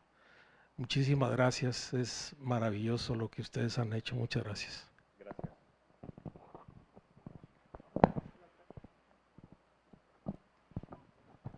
Muchas gracias. José Antonio Cervantes, aquí de Chihuahua. Y bueno, también primero que nada agradecerles y por esta magnífica exposición y por un gran libro que aporta mucho a la discusión pública. Tuve la suerte de estar por México cuando presentaron en El Péndulo, ustedes también, pero no pude preguntar nada, que había más gente. Y empecé a leer el libro desde entonces y la verdad que ha sido una lectura muy grata. Y bueno, quizás porque ya he empezado a leerlo, tengo algunas preguntas circundando en la mente. Y me gustaría comenzar por preguntarles qué relación ven ustedes entre el enfoque de igualdad de oportunidades con las ideas de necesidad de crecimiento económico y de teorías de desarrollo, porque creo que ese tema lo veo un poco que queda de lado a veces y digo, como decíamos en la gráfica de la regionalización del país, sería bueno tener datos de las generaciones anteriores a que México cambió su modelo de desarrollo a uno basado en maquiladoras, toda la derrama económica que tuvimos en el norte, y eso quizás en el mapa se muestra que tenemos mayores probabilidades de movilidad social que el sur del país, pero no es por otro mérito que no sea el de el gran capital buscando mano barata que explotar, ¿no? Entonces digo, ¿qué podríamos pensar sobre para que esta cruzada por la igualdad de oportunidades no se quede como otro discurso más como el de derechos humanos y tenemos derechos para todos, pero no tenemos una base material del país, un cambio en el modelo de desarrollo? Nos da miedo incluso tener una refinería o nos da miedo tener trenes, lo criticamos o nos asustamos, decimos que va a ser ineficiente, pero la verdad que el país está insertado de una manera muy precaria en el mercado global y creo que tendríamos que ponerle mayor peso a un enfoque como este para que tuviera mayor trascendencia, yo creo, digo, es mi apreciación y pues hasta ahí, un comentario. Si quieres, Concepción, vamos a preguntar. Ya estoy nervioso porque se me están olvidando las preguntas. Pero ahora, si les parece, tomamos esas y hacemos una segunda ronda. Y como Luis es más joven, a él no se le van a olvidar. Y entonces me arranco yo, Luis, porque si no ya no sé ni de qué voy a hablar. Y voy a arrancar de atrás para adelante en la parte de la macroeconomía, de la movilidad social. O sea, una cosa, y sobre esto puede profundizar Luis, porque de hecho él hizo un artículo de investigación donde este resultado que ponemos de las diferencias en las probabilidades de superar condición de pobreza entre las regiones, el enfoque, independientemente, y perdón por el lenguaje, pero independientemente de que estamos haciendo un análisis de movilidad posicional, cuando metemos la línea de pobreza en el análisis, ese análisis posicional en parte se vuelve un análisis absoluto, es decir, de nivel. ¿Qué significa eso? Que cuando tú ves las probabilidades de superación de pobreza entre regiones, se ve una gran diferencia, por ejemplo, entre el norte y el sur, ¿sí? Y eso, en otro trabajo que hacemos con Marcelo de la Jara, o sea, Marcelo, bueno ahí no, Luis no, más bien Luis fue el que contestó a ese análisis en otro artículo, pero digamos, este trabajo que hacemos Marcelo de la Jara, Raimundo Campos y yo, uno de los componentes que te explica la posibilidad de ascenso social es el crecimiento económico, diferenciado entre, en este caso, entidades federativas, ¿sí? Ahora, cuando yo les decía de este resultado que tenemos sobre Nuevo León, donde sí podemos ir hacia adentro de la entidad, una cosa que no mencioné es que independientemente de que nosotros no podemos ir hacia adentro de Chihuahua, sí podemos ir hacia adentro de las regiones, en términos del análisis de la desigualdad de oportunidad y en términos de las diferencias en movilidad social posicional. Y si me equivoco en algo, Luis, pues ya me corriges. Pero digamos, básicamente lo que Luis contesta a nuestro artículo, el que previamente, no sé si contestas, porque luego Luis me dice que es una discusión que tenemos entre nosotros y yo no veo la discusión, más bien lo veo como complementario. Pero es muy importante lo que él hace en el sentido de que dice, no pensemos en los niveles, pensemos en el grado de fluidez al interior de cada una de las regiones, de las grandes regiones. ¿Sí? Es decir, la movilidad posicional al interior de las regiones, independientemente de los niveles o de los umbrales de recursos económicos en términos de los peldaños. Entonces tú tienes la escalera social de cada una de las regiones, independientemente de la escalera de la otra región. Entonces, ¿qué tanto el juego de las sillas al interior de cada una de las regiones sucede o no sucede? ¿No? O sea, ¿qué tanto flujo hay?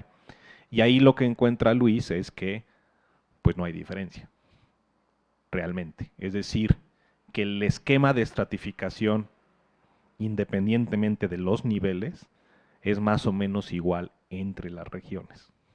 Es decir, que el grado de movilidad social baja al interior de las regiones sucede no solamente en el sur, sino que sucede en todas las regiones. Entonces hay mucho que hacer en términos de acción en torno a la igualdad de oportunidad, no solamente en el sur, sino en todas y cada una de las regiones, ¿no? Y ahora Luis puede extenderse en torno a tu discusión con relación a la macroeconomía del desarrollo y toda esta discusión sobre infraestructura, y qué es lo que nosotros planteamos en ese sentido de política. Del juego de azar y de, digamos, si mis hijos empezaron a jugar Monopoly y yo simplemente llego después y elijo de los dos con qué ficha me quedo, y me quedo con la del que va mejor en términos de las propiedades con las que cuenta, claro que tengo una ventaja comparativa, ¿no? Este punto, digamos, en términos del enfoque de igualdad de oportunidad y conceptualmente hablando, nosotros ponemos, hacemos que el enfoque se vuelva más demandante. Es decir, y ya si Luis se quiere profundizar en otra cosa y luego quiere hablarles sobre lo que dijo Carlos Slim hace 3 días, pues que les diga, que yo creo que lo va a hacer. Pero, digamos, mi punto es, y este ejemplo siempre lo pongo en las presentaciones, vamos a suponer que tenemos una familia que en su casa tiene una biblioteca. Y entonces tenemos que igualar las oportunidades de esa familia con el resto de familias de la colonia. Entonces, ¿qué haces en términos del enfoque de igualdad de oportunidad? ¿Eliminas la ventaja comparativa? Es decir, ¿qué significa la ventaja comparativa? El hecho de que si tú tienes una biblioteca, eso probablemente está íntimamente asociado con unos padres de familia que van a promover el hábito de la lectura en sus hijos, ¿no? Y que no solamente lo van a promover, sino que van a tener el instrumento ahí disponible a 3 metros, ¿no? Entonces, ¿qué haces? ¿Prohíbes que las familias tengan bibliotecas en su casa para igualar la oportunidad? No, necesitas un mecanismo nivelador de oportunidad. ¿Cuál es el mecanismo nivelador de oportunidad? El mercado por sí solo, no necesariamente. Necesitas un mecanismo que elimine toda la problemática de fallas de mercado, etcétera. Entonces vas a tener un Estado. ¿Sí? ¿Y qué va a hacer el Estado en términos de la nivelación de las oportunidades? Pues va a poner una biblioteca pública y va a pensar en el mecanismo de cómo acercar esa biblioteca pública al resto de la población en la colonia. Entonces, ¿qué significa eso en términos de la inversión para igualar la oportunidad? Pues que se vuelve más demandante. Es decir, entonces, digamos, si vas igualando en ese sentido las oportunidades, pues cada vez es más demandante. Y por eso en el libro, y eso no lo hacemos en la presentación, o no lo dejamos claro en la presentación, discutimos dos cosas. O sea, una es cómo igualamos las oportunidades, ¿no? O cómo planteamos la problemática sobre igualación, necesidad de igualación de oportunidades. Pero la otra, que tiene mucho que ver con la discusión que plantea Ravi Kambur y sus coautores, es cómo combinamos eso con el establecimiento de pisos mínimos. Y los pisos mínimos son importantes no únicamente en términos de oportunidad, sino también en términos de resultado. ¿Y por qué deberíamos pensar en pisos mínimos de resultado, además del de oportunidades? Porque el juego es dinámico, es intergeneracional. Y entonces, en la medida en que no establezcamos pisos mínimos de resultado, entonces las diferencias generadas en una competencia sana en una generación, dado que va a haber resultado diferenciado, ese resultado diferenciado se va a constituir en el peso de la circunstancia para la siguiente generación. ¿Sí? Entonces, por eso es muy importante el enfoque intergeneracional para pensar el juego de manera dinámica y pensar en cómo haces que, en este caso, el mecanismo nivelador de oportunidad sea intergeneracional. Entonces, hasta ahí me voy a tener para que luego Luis profundice. La bala de plata, en las distintas presentaciones, bueno, primer punto, todo aquello que no está en el libro, pero que sea importante de discutir, hay dos razones por las cuales no necesariamente está en el libro. Una, porque no lo tenemos en la cabeza. Otra, porque sí lo tenemos, pero no estamos de acuerdo. ¿No? Pero creo que aunque no está explícitamente planteado en el libro, pero sí lo está en la carga que hacemos en la descripción de la problemática en el libro y en las presentaciones, es en el hecho de, bueno, primer punto, ¿cuál fue nuestro consenso en la construcción del libro en torno a política pública? Yo recuerdo muy bien esa discusión porque yo le decía a Luis, tenemos que partir de un orden de prioridad. Y al final no está así en el libro. De hecho, Luis me convenció de que no teníamos que establecer eso porque entonces íbamos a diluir el peso de la evidencia, ¿no? Porque lo que te dice la evidencia es que el problema es interseccional, ¿no? Está todo relacionado. Entonces, ¿qué implica eso en términos de demanda de construcción de política pública? Que sí o sí lo necesitas ver de manera integral, ¿no? Y entonces eso te lleva a una decisión en la elaboración del libro de no establecer orden de prioridad. Pero lo que sí estamos conscientes es que independientemente de eso, cuando hacen una pregunta como la tuya, Ismael, pues tenemos que decir algo. Y como se habrán dado cuenta a lo largo de la presentación, pues nuestra bala de plata está muy cerca del tema del sistema de cuidados, ¿no? Es decir, pensar en un mecanismo, pensar en un sistema de protección social donde uno de sus pilares es el sistema de cuidados, donde tenemos que entender a los mecanismos de protección social no únicamente como mecanismos de minimización de realización de riesgos, sino también como mecanismos de detonación de economía. Es decir, si tú piensas en un sistema de cuidados, no únicamente estás minimizando el riesgo de que las mujeres acaben más vulnerables que los hombres, en el sentido de que tienen un espacio de elección más amplio y más o menos más parejo que el de los hombres, y entonces, por ejemplo, se pueden insertar en el mercado laboral formal, y al estar insertadas en el mercado laboral formal van a cotizar en la seguridad social, y eso va a hacer que, aunque haya choques externos, ellas no queden expuestas con una mayor intensidad que su contraparte hombres en un mundo pensado heterosexualmente, ¿no? Y tendríamos, pero digamos, es un poco eso. Sino que también tú lo que haces es que diseñas un sistema de cuidados de tal manera que el sistema te detone economía de cuidados. Entonces, ¿qué estás logrando con eso? Uno, mayor participación, digamos, en términos económicos y de realización en el mercado laboral es mayor participación de las mujeres. Dos, creación de una nueva economía, que en el contexto que explicaba Luis es necesario. Y eso, a su vez, tiene un efecto detonador en crecimiento económico, que al mismo tiempo va a tener un efecto en la base gravable de la hacienda pública mexicana.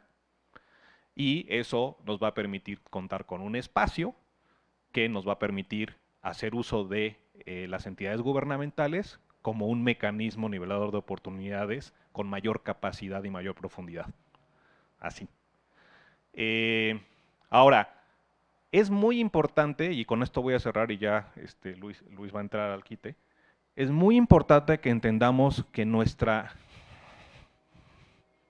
interés en señalar la importancia del Estado como mecanismo nivelador de oportunidades no se sostiene en el hecho de que creamos que necesitamos construir una sociedad paternalista.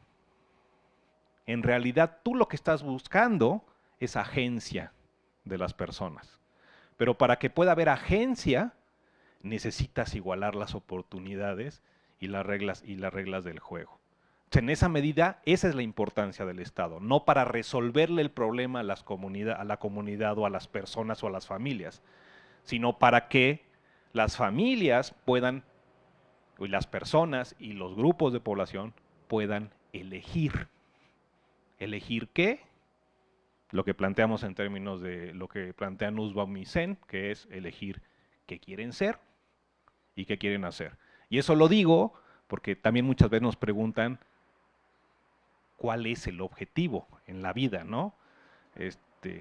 Pues en principio, que las personas puedan elegir qué quieren ser y qué quieren hacer, y después podemos discutir las rutas, si son lineales, curvas, múltiples, ¿no? Pero digamos, eso como principio básico es muy importante. Luis, perdón. Un poco regresando a la primera pregunta, que es sobre, digamos, la parte de la macroeconomía. La forma en que podemos entender las diferencias regionales en lo que presentamos en la probabilidad de salir de la situación de pobreza es que nacer en la parte más baja o en el 20% más pobre de Chihuahua o del norte del país es nacer por arriba de la parte de menores recursos del sur, por ejemplo.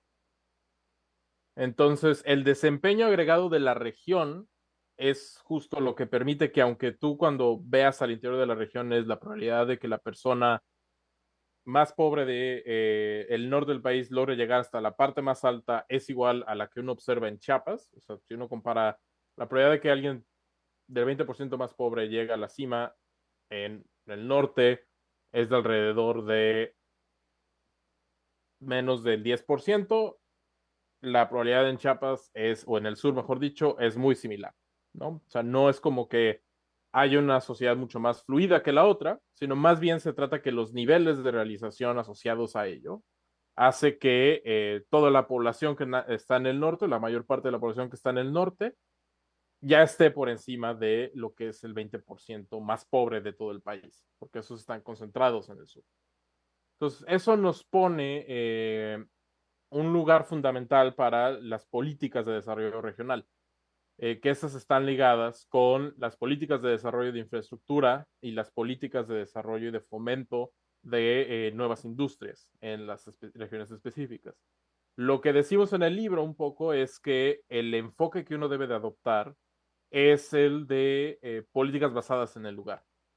La idea de este tipo de políticas es que se identifican las necesidades de cada una de las regiones en términos de infraestructura y a su vez se identifican los, digamos, factores que esas regiones, cada una de las regiones tiene como ventajosos y se realizan las inversiones necesarias para subsanar las necesidades, pero aprovechar de mejor forma esos factores ventajosos. Y hay varias evidencia, no solo para México, sino para América Latina, de que ese tipo de aproximación a cómo uno piensa, por ejemplo, las obras de infraestructura, termina detonando el crecimiento de las regiones, ¿no?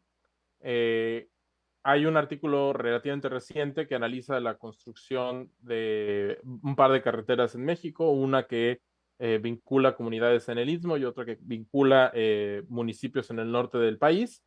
Y justo lo que identifica es que ambas, y en particular la del sur, logró detonar que la economía de esa localidad, al vecindad de la nueva carretera o la nueva autopista, tuviese un mayor número de actividad, lo cual reditúa en mayores ingresos. Entonces sí tenemos que pensar a la política macro, a la política de desarrollo regional como una política igualadora de oportunidades, ¿no? O sea, y en ese sentido es un ingrediente más que fundamental, sobre todo de cara a los dos retos que hemos estado hablando de cambio climático y de automatización. Ahora, respecto al tema de migración internacional, esa es una pregunta que nos hacen muy frecuente y el problema es que no podemos dar una respuesta satisfactoria para nadie porque no podemos saber. O sea, hay una complicación inherente a estudiar la movilidad social de los migrantes internacionales y es básicamente contra quién los comparamos. Los comparamos contra los que se quedaron o los comparamos contra los miembros de la sociedad a la que llegan. Sabemos de investigación para Estados Unidos, por ejemplo, que quienes tienen la inserción más fácil a la sociedad estadounidense suelen ser migrantes de tez claro. Y eso implica, no digamos, entre los latinos, los de tez claro. Logran insertarse en mejores ocupaciones, logran insertarse en trayectorias ascendentes en términos de su ingreso laboral, con todo y que al inicio, cuando migran, sufren una caída en términos de su salario. Pero eventualmente llegan, porque están, digamos, en una ruta de ascenso que llega más alto cuando migran. Pero fuera de eso, la verdad es que no podemos decir mucho. Y es un área pendiente que tanto la gente del CEI como yo por mi cuenta hemos estado dando vueltas por ya varios años sobre cómo podemos estudiar de mejor manera el tema, ¿no? Porque sí es un tema del que no sabemos casi nada y es fundamental entender no solo cómo le va a los migrantes mexicanos, sino porque eso nos va a permitir entender qué tenemos que hacer en México para reducir la migración forzada, digamos, para mejorar las condiciones de vida. Como ya decía Roberto, algo que tiene el enfoque es que se puede también entender bajo el concepto del enfoque de derechos en cierta medida. O sea, no es un enfoque peleado con esa aproximación, en la medida en que entendamos que el enfoque de derechos lo que buscan es consagrar ciertos derechos sociales como parte del contrato social, mientras que el enfoque de igualdad de oportunidades lo que busca garantizar es que ese derecho sea efectivamente accesible para todos. Y en ese sentido no basta solo con tenerlo dentro del contrato social escrito, sino que tenemos que garantizar los derechos para que, garantizar los recursos para que en ese acceso sea efectivo, ¿no? Respecto, bueno, creo que ya son todas las preguntas, pero recuerdo que se me está yendo una de compararlo con otro enfoque.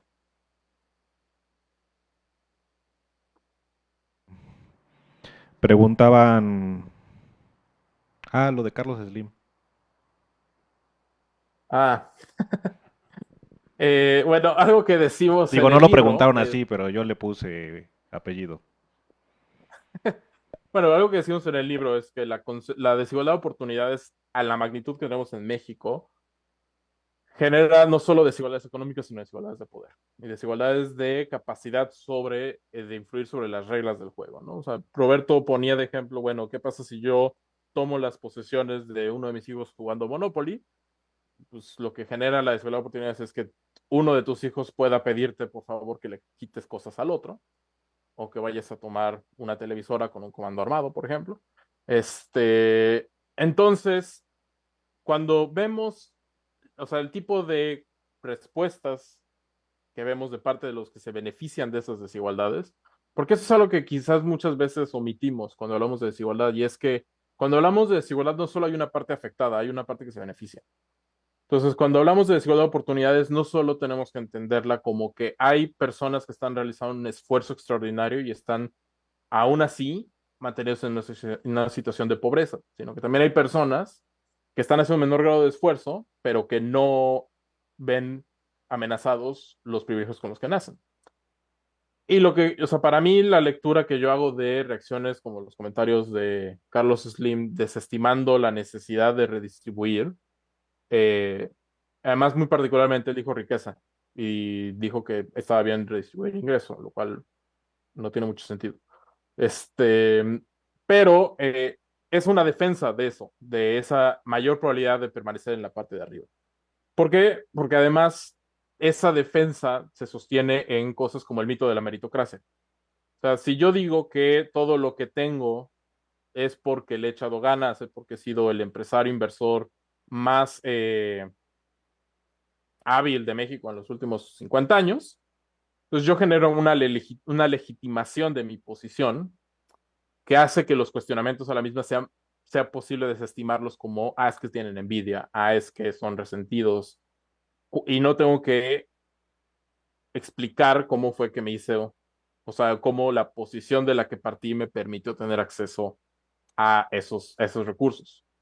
Entonces, para mí me parece una muestra de que este tipo de discusiones, el hecho de que estén ocurriendo cada vez está incomodando más a quien sabe por qué está en la posición en la que está y cómo esa posición se sostiene en la desigualdad de oportunidades que vemos en la sociedad mexicana.